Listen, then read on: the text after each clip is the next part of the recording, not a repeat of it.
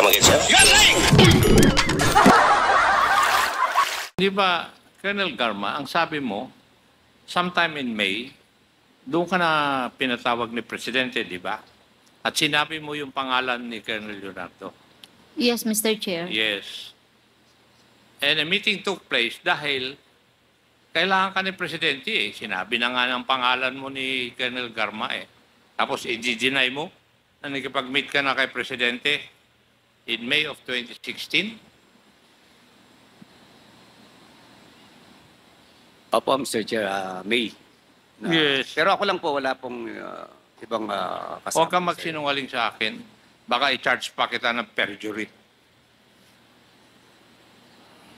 You met with the President with some people. And may I know the topic? Ano yung topic ng inyong pag-uusap ni Mr. President o former President? Actually, Mr. Chair, ano lang po kami, ako po, nandun lang, Mr. Chair, parang, ganun lang din po, parang nagpakita lang po, Mr. Chair. Hindi naman po talagang meeting, hindi naman po ako kasali sa mga meeting noon, Mr. Chair. Ibig mong sabihin, hinanap ka ni Mr. President, former President, para lang i-meet ka? Opo, Mr. Yun Chair. lang po. Ano? Opo. You want me to believe that?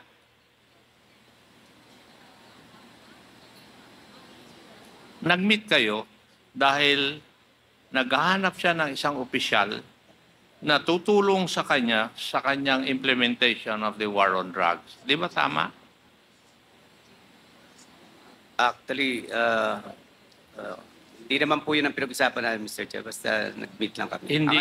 Hindi yun ang pinag-usapan ninyo. I'm giving you a second chance, Colonel Leonardo. You better tell the truth to me. Kasi baka may demanda pa kita ng another offense.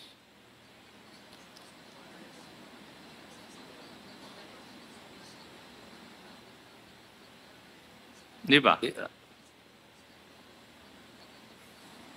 Noong last na kwan, sinasabi mo na dapat ang i-implement ay yung Davao template. Doon sa previous hearings natin. Di ba? Opo, Mr. Chair. Yes. And may I know, Colonel Garma, what do you understand by the Davao template insofar as the war on drugs is concerned?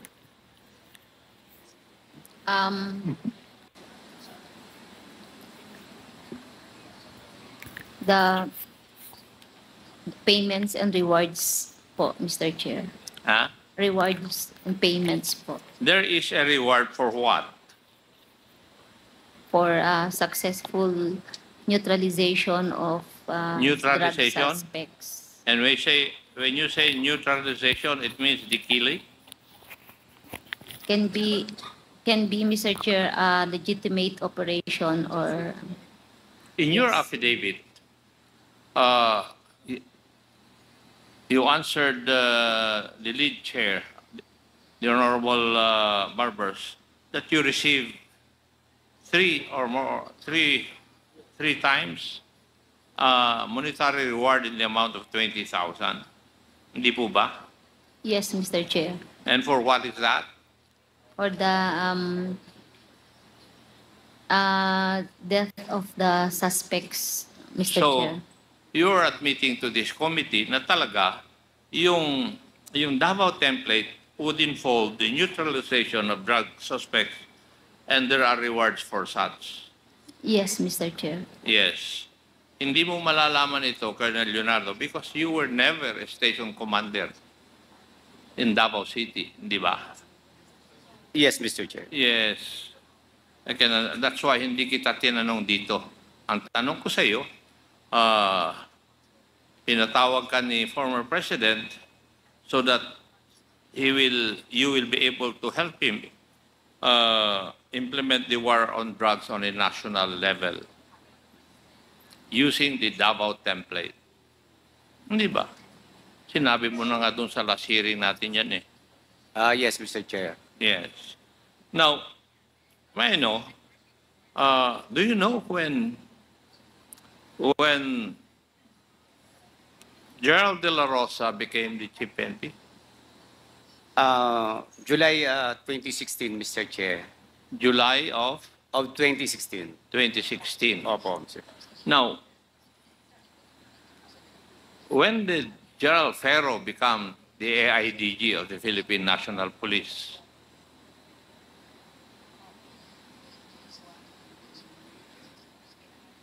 I'm not sure po kung... It's also July of 2016.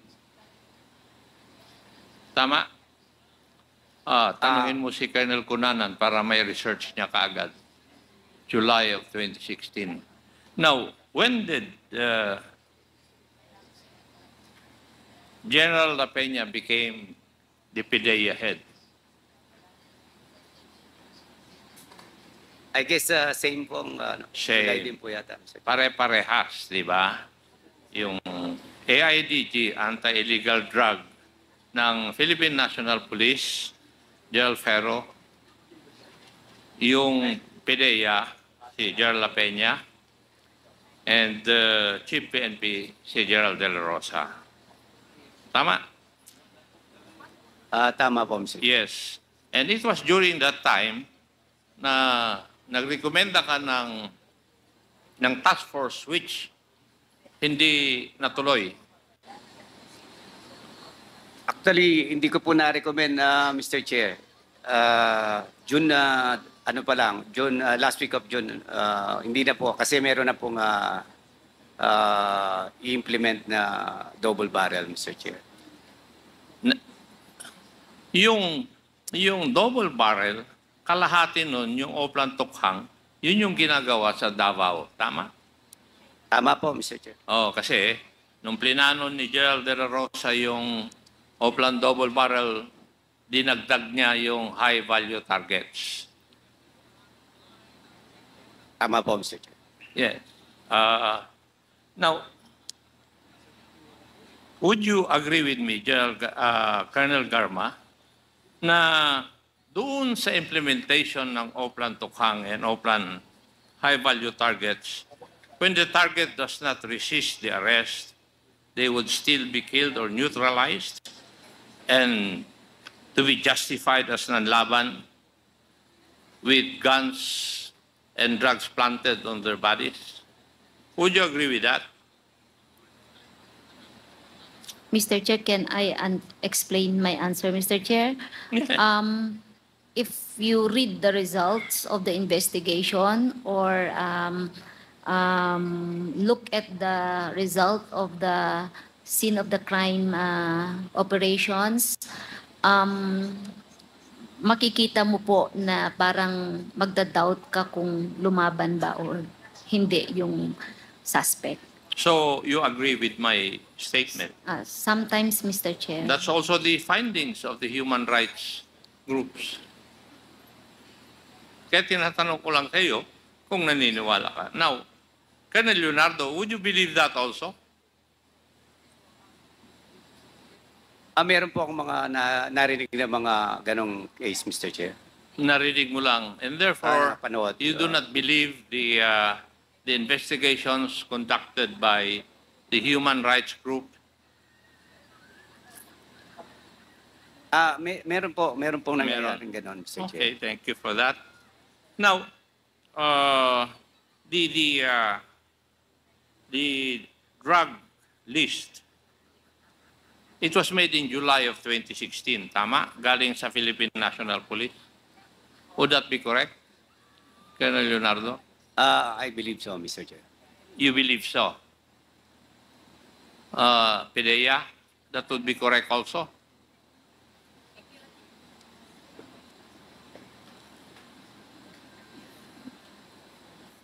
Yes, Mr. Chairman. That was in July of 2016. Yes, Your Honor. Now, after the list has been submitted, it has been observed that there were numerous extrajudicial killings. Would you agree with me, Colonel Garma?